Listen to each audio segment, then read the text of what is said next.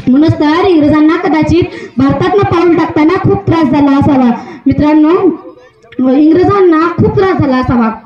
वो कहते हैं ना, मंजिल उन्हीं को मिलती है जिनके सपनों में उड़ान होती है, मंजिल उन्हीं को मिलती है जिनके सपनों में उड़ान होती है। पंखों से कुछ नहीं होता, हौसले से उड़ान होती है, पंखों से कुछ नहीं होता, हौसले से उड़ान होती है। देश मेरा जल रहा है, आग लगी है सीने में, हुक्म रास्ता है व्यस्त है, खून गरीब का पीने में, तो राम मदरिया बाबरी का पक्ष नहीं मेला यूं, गाय भारत चीख रहा है, चीख सुनाने आई हूं।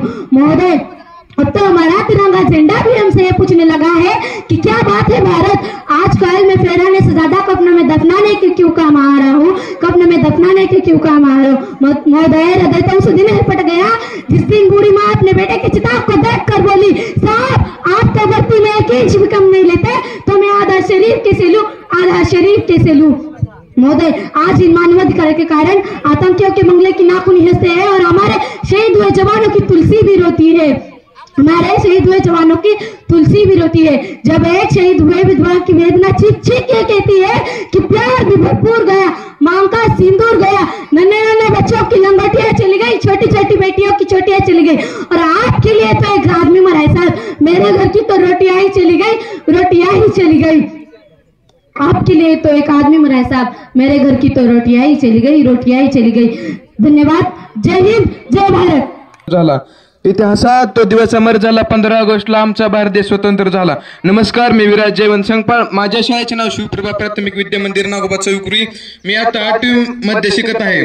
तर आज 15 ऑगस्ट आपण मोठ्या आनंदाने साजरा करत आहोत। 15 ऑगस्ट 1947 रोजी भारत इंग्रजांच्या गुलामगिरीतून मुक्त झाला। देशाला स्वातंत्र्य मिळवून देण्यासाठी अनेक शूरवीरांनी आपल्या प्राणांची आहुती दिली। हा दिवस सर्व भारतीयांसाठी खूप अनमोल आहे।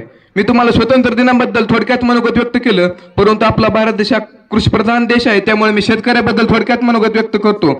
दारूच्या बाटलीसाठी तो रांगेत उभा राहतो आणि शेतकऱ्याच्या दुधात मने कोरून येऊन बसतो। दारूच्या बाटलीसाठी तो रांगेत उभा राहतो आणि शेतकऱ्याच्या दुधात मने कोरून येऊन बसतो।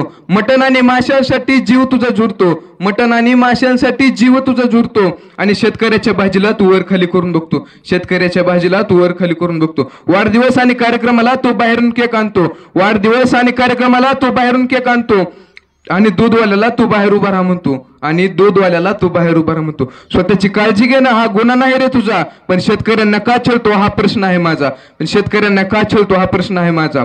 जगाच्या पोशिंद्याला जीवापाड जपावंच लागेल, संपला जर कधी शेतकरी तर जगात हाहाकार माजेल, जगात हाहाकार माजेल। नमस्कार, मी विराज संगपाळ तुमच्या समोर विषय मांडतो, माझा बाप शेतकरी उभ्या जगाचा पोशिंदा।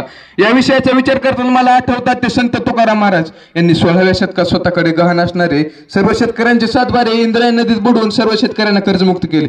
मला आठवतात ते छत्रपती शिवाजी महाराज यांनी शेतकऱ्याचे राज्य निर्माण केले। मला आठवतात ते आजचे पुढारी मध्यंतरीच्या काळात विदर्भ, मराठवाडा आणि खानदेशातील सर्वाधिक शेतकऱ्यांनी आत्महत्या केल्या। तेव्हा वाटत नाही विषाचा गोट, पण काय करावं मायबाप सरकार, मातीच्या वासानं कधी भरतं का पोट। तेव्हा वाटत नाही विषाचं गोट, पण काय करावं मायबाप सरकार, मातीच्या वासानं कधी भरतं का पोट। बघा ना, निसर्गाची साथ नाही, नशिबाचा हात नाही, निसर्गाची साथ नाही, नशिबाचा हात नाही। दुष्काळाची अवकृपा काही पाठ सोडत नाही, दुष्काळाची अवकृपा काही पाठ सोडत नाही। विराट 17 करोडात गेला, धोनी 15 करोडात गेला, विराट 17 करोडात गेला, धोनी 15 करोडात गेला। जगाचा पोशिंदा मात्र झाडावर लटकून मेला, जगाचा पोशिंदा मात्र झाडावर लटकून मेला। भारत कृषी प्रधान की क्रिकेट प्रधान हाच मोठा प्रश्न पडतो, भारत कृषी प्रधान की क्रिकेट प्रधान हाच मोठा प्रश्न पडतो।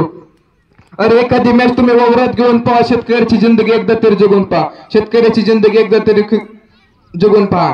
अरे खेळाडू सारखे करू नको, फक्त पीक मालाला भाव द्या, खेळाडू सारखे करू नको, फक्त पीक मालाला भाव द्या। कृषीरत्न कृषी भूषण नको, फक्त शेतकऱ्याला मान द्या, फक्त शेतकऱ्याला मान द्या। मित्रांनो, एका नळावर 4 बायका पाणी भरत असतात, त्यातली पहिली म्हणते माझा मुलगा इंजिनियर आहे, दुसरी म्हणते माझा मुलगा डॉक्टर आहे, तिसरी म्हणते माझा मुलगा प्रोफेसर आहे, चौथी बाई आपली शांत असते। त्यातली एक बाई तिला विचारते तुझा मुलगा काय करतो, तेव्हा ती सांगते माझा मुलगा जास्त शिकलेला नाही, शेती करतो, शेतात काम करतो, मेहनत करतो, पैसे कमवतो। जेव्हा त्या 4 बायका घरी चाललेल्या असतात तेव्हा पहिलीचे तो थोडासा हसतो आणि निघून जातो, दुसरीचे तो हात जोडून निघून जातो, तिसरीचा पण हात जोडून निघून जातो। जेव्हा चौथीचा मुलगा येतो ना तेव्हा त्याच्या आईवर तो रागवतो, आई तू इतक्या लांब कशाला हंडा घेऊन आलीस, चक्कर येऊन पडल्यावर तुझ्याकडे कोण बघणार आहे, असं म्हणून तो तिच्या डोक्यावरचा हंडा स्वतःच्या डोक्यावर घेतो। फक्त सांगायचं एवढंच की मुलांना शिक्षण देऊन काय होत नाही, मुलांना समाजात लोकांसोबत आणि घरच्यांसोबत कसं वागायचं याचं व्यावहारिक ज्ञान सुद्धा दिलं पाहिजे. एवढे बोल मी भाषणाला पूर्ण विराम देतो. जय हिंद, जय भारत.